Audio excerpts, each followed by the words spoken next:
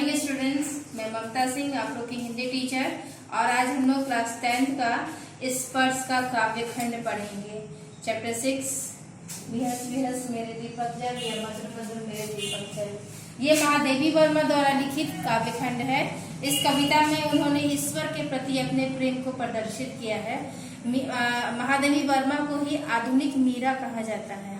और जिस तरह मीरा ने श्री कृष्ण के लिए अपने काव्य लिखे हैं, उसी तरह महादेवी वर्मा ने ही प्रभु के नाम पर ही अपने काव्य खंड को लिखा है, यानी ईश्वर के लिए कह सकते हैं, जिसमें श्री कृष्ण का ही नाम है। तो आइए इस कविता को हम पढ़ते हैं और उसका एक एक पंक्ति का भाव स्पष्ट करते हैं। देखिए ब्लैक बोर्ड की कविता है। मधुर मधुर मेरे दीपक जल। मधुर मधुर यानी प्रेम से, प्रेम रूपी दीपक को जलने के लिए यहाँ कहा गया है।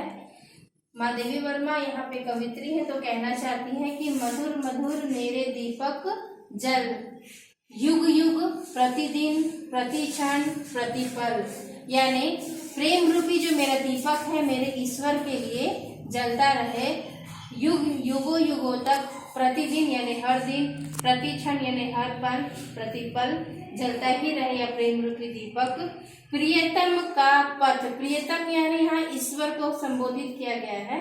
प्रियतम का पथ आलोकित कर, यानी अपने जो ईश्वर है उनके वापस आने के लिए, उनका रास्ता प्रकाशित करने के लिए वह अपने प्रेम रूपी दीपक को जला रही है।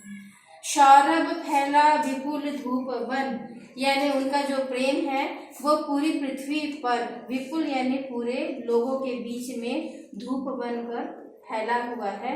मृदुल मोम सा घुले रे मृदु तन, मृदुल यानी कोमल, मोम जैसा शरीर, यानी जो प्रभु के ईश्वर की भक्ति में उनका जो मृदुल है यानी मोम जैसा कोमल शरीर है, वो उनकी आने की चिंता में, मृदु तन यानी कोमल तन जो है वो चिंता से घुल रहा है यानी मिट रहा है।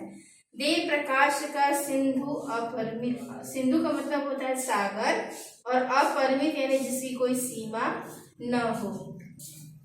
सिंधु में जितने जल है उतना ही जल जैसा, जल की तरह उनका प्यार जो है, प्रेम का प्रकाश है वो फैल जाए। अपरिमित यानी चारों ओर, जिसकी कोई सीमा ना हो।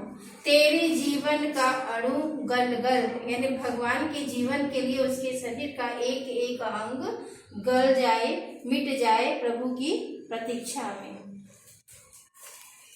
पुलक पुलक यानी इसी खुशी से मेरे दीपक जल, यानी मेरे भगवान की आने की खुशी में, खुशी के मारे मेरे दीपक तुम जलते रहो। सारे शीतल कोमल नूतन, मेरे शरीर का जितना शीतलता है, कोमलता है और नूतनता है यानी नयापन है, मांग रहे तुझसे ज्वाला कण, यानी प्रकाश का कण, किसके लिए? अपने शरीर के लिए वो मांग रही है। किससे? ईश्वर से, यानी वो अपने शरीर में, अपने मन में, अपनी आत्मा में भगवान का प्रकाश पाना चाहती है। विश्व सलभ सिर धुनता कहता, विश्व सलभ यानी पूरे विश्व का, और सलभ यानी पतंगा, कीड़ा, जो किसके लिए जलता है? ज्योति पर मरता है, यानी जब जलता हुआ मोम जब जलता है तो उस पर बहुत सारे जो है पतंगे आते हैं और जलकर अपने जीवन को नष्ट कर देते हैं। सिर धुन कहता है, यानी वो बार बार अपने सिर को धुनते हुए कहना चाहती है कि मैं अपने ईश्वर के प्रेम में स्वयं को समाप्त कर देना चाहती हूँ। मैं हाय न जल पाया तुझ में मिल, मैं कितना भी मैं अपने शरीर को ईश्वर की भक्ति में रमा रही हूँ, फिर भी मैं भगवान को नहीं पा रही हूँ। सिहर सिहर मेरे दीपक जल, सिहर सिहर यानी ये डर रही है कि मैं कितनी भी भक्ति कर रही हूँ परंतु ईश्वर मुझे नहीं मिल रहे, इसलिए डरते डरते मेरे दीपक तुम जलो। जलते नभ में देख असंख्यक, पूरे नभ में, यानी यहाँ पे क्या है, कवित्री जो है ईश्वर के प्रेम में इतनी लीन हो गई है कि अगर वो ना मिल रहे हैं तो इतनी दुखी होकर जो जल आकाश में जितने तारे दिख रहे हैं वो भी उनको जलते हुए अंगारे के समान महसूस हो रहे हैं।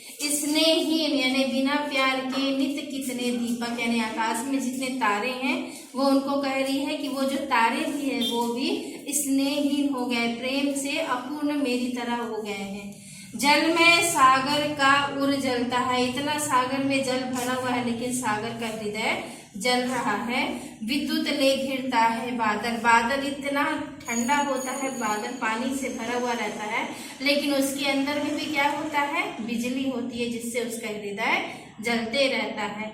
विहस विहस मेरे दीपक चल, विहस का मतलब होता है अचंभित होते हुए मेरे प्रेम रूपी दीपक तुम जलो। ये कविता जो है वो ईश्वर भक्ति को समर्पित है। जिस तरह से मीरा ने श्री कृष्ण की भक्ति की उसी तरह से महादेवी वर्मा भी ईश्वर यानी श्री कृष्ण की भक्ति में इस कविता को लिखा। इस कविता को पढ़िए, इसका भावपूर्ण वर्णन को समझिए। ना समझ में आए तो फिर से आप कमेंट बॉक्स पे मैसेज कीजिए, आपको ये फिर से पढ़ा